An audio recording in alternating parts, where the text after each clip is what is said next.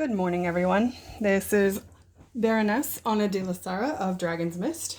I wanted to take an opportunity to do a quick down and dirty lesson on diapering, or as most people call it, diapering. So what I'm going to use today is just a number 2 pencil. I have a sheet that I have pre-painted with some practice boxes on it. You don't necessarily have to go to this extent. You can use a regular piece of paper and paint it in later. This just was on hand and was quick and easy for me. Also, you're going to need a ruler. The measuring units don't necessarily matter. I tend to use both centimeters and inches. So, diapering is a technique that was used throughout quite a bit of the Middle Ages with regards to decorative design in books. Specifically, you will see it in a lot of backgrounds, and you will also see white work often in margins and other spaces. Diapering in particular tends to be the work that fills in all of this quote-unquote blank space back here. So this is all diapering, this is all diapering, things like that. So often when you see it in this context, it's very overwhelming to the eye, and what I want to do with you today is take a basic design and break it down so it's easy to reproduce. So what I'm going to do first is I am going to take my ruler and I am going to basically measure out increments. They can vary in size depending on what your work looks like. I tend to like to work in very geometrical patterns, which handily enough were quite popular in our time period. By the by, you can mark on top of painted gouache with a number 2 pencil. You can also paint over a number 2 pencil marking, so it makes a really handy tool if you have a piece that you've already done your base coat on and you just want to add some detail work afterward. So I'm creating some stripes. My intent is to close this up and make it into essentially a checker grid.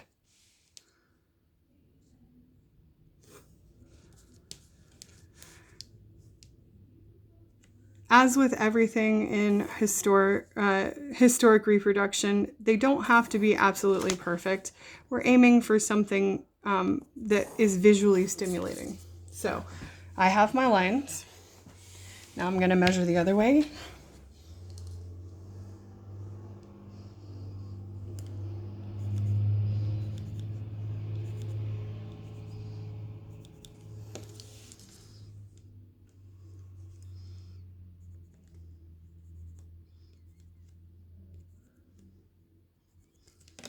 And fill that in.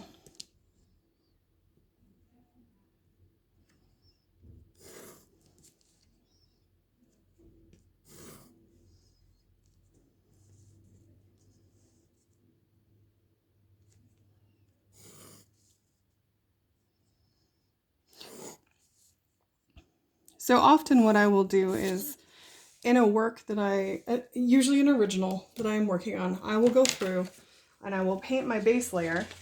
And then when I'm ready to add in the diapering, I will come back and, like I'm doing now, use the number 2 pencil to draw in my grid. Now, at this point, you can choose to outline your grid with a marker, usually black. We definitely recommend archival for any sort of painting projects you're doing, as that way it does not discolor with time or age. However, if you want it to be slightly more understated, you can leave it as is and simply paint over it. So now I'm going to take my handy dandy paintbrush and some gouache. This is just white. I am reanimating, if you will.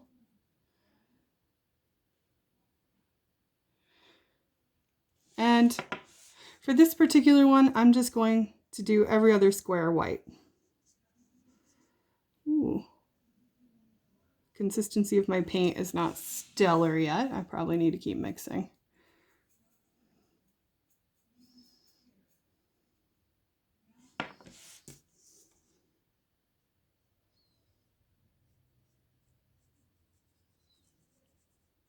Hopefully you can see the contrast fairly well. I apologize. I realize the value of these colors is pretty similar.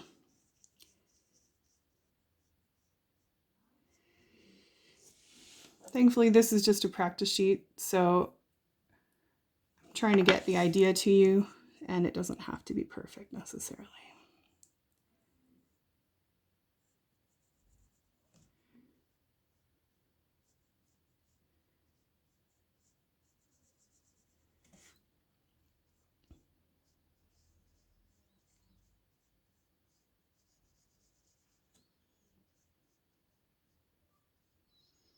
All right. So the other cool thing that you can do to really vary up your design is you can take these practice sheets and play with the way that your designs work. You can leave all of the boxes painted the same color. You can paint them alternating colors. You can paint 3 different colors alternating. You can do all sorts of very interesting things with just your base color. And if you take a look in Period, you will see a ton of examples of various color usage. You will also see quite a lot of gold being used in the diapering. I imagine it's because it was very small, so very small pieces of gold that were essentially scraped off of larger pieces could be used for just adding a tiny bit of shine into the background. So it was a really good use of resources that would otherwise essentially be thrown out. All right, now I am going to move on to a different color for visual clarity. So please also understand this is not a color palette I would necessarily choose. I am using what I have on hand and what is easy to see. All right, so we have our alternating colors. Now for this design, what I've decided to do is just place a little dot in the middle. Very simple.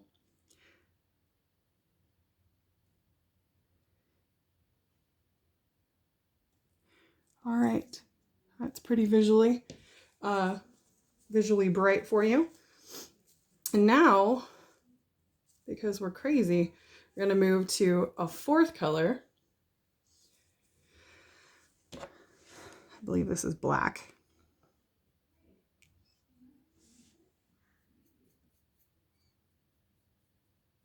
All right, we're going to take the very tip of our paintbrush. We're just going to draw a tiny little box around our red dot. Whoop. And obviously the tip of my brush is not as pristine. Ah, there it goes. It's decided to behave. Not as pristine as it could be. In its defense, I'm moving it through colors fairly rapidly, so little box around the red dot. Little box.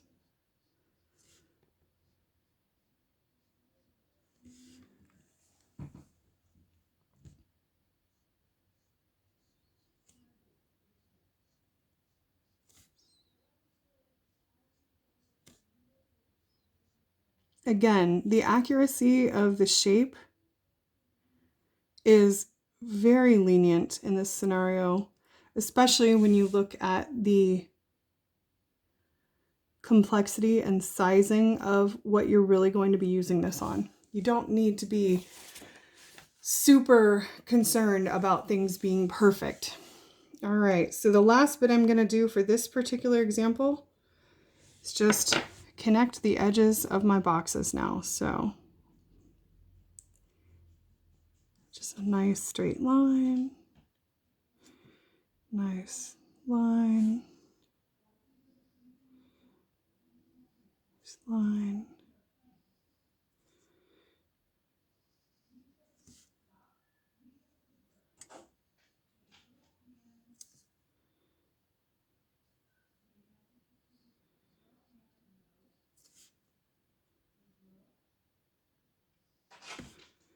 Oh, sounds like my puppy wants to come in and join our class. He'll have to wait till we're done.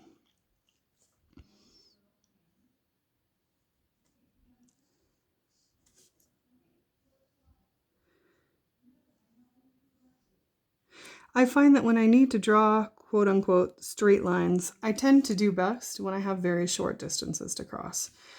I don't have a super steady hand. I guess I have a steadier hand than some, but really I cheat by going from one point to another real quick and in very short succession. So there we go.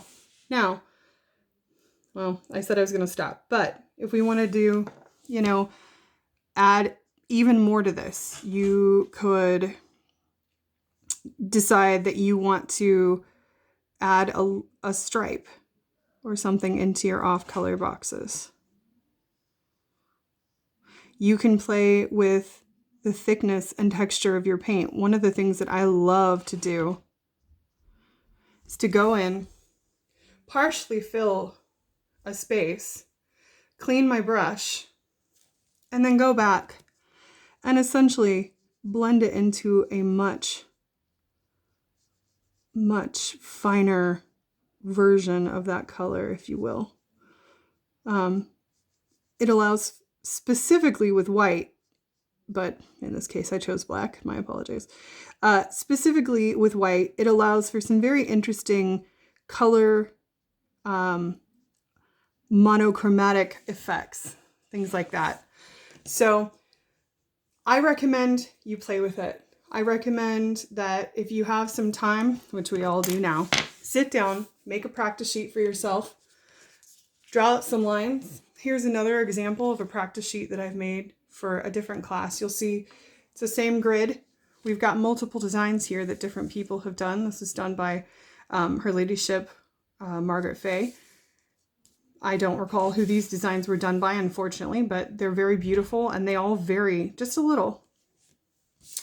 And then here was another version where I decided to make a Christmas decoration, I guess. So I do have documentation for a bit more information about diapering or diapering. If you would like to gain access to that, I would be happy to share. Please send me an email, or I will see if Her Excellency Vivian would be willing to link them in the commentary of this post. Thank you so much for joining me today. I hope you guys have a great afternoon.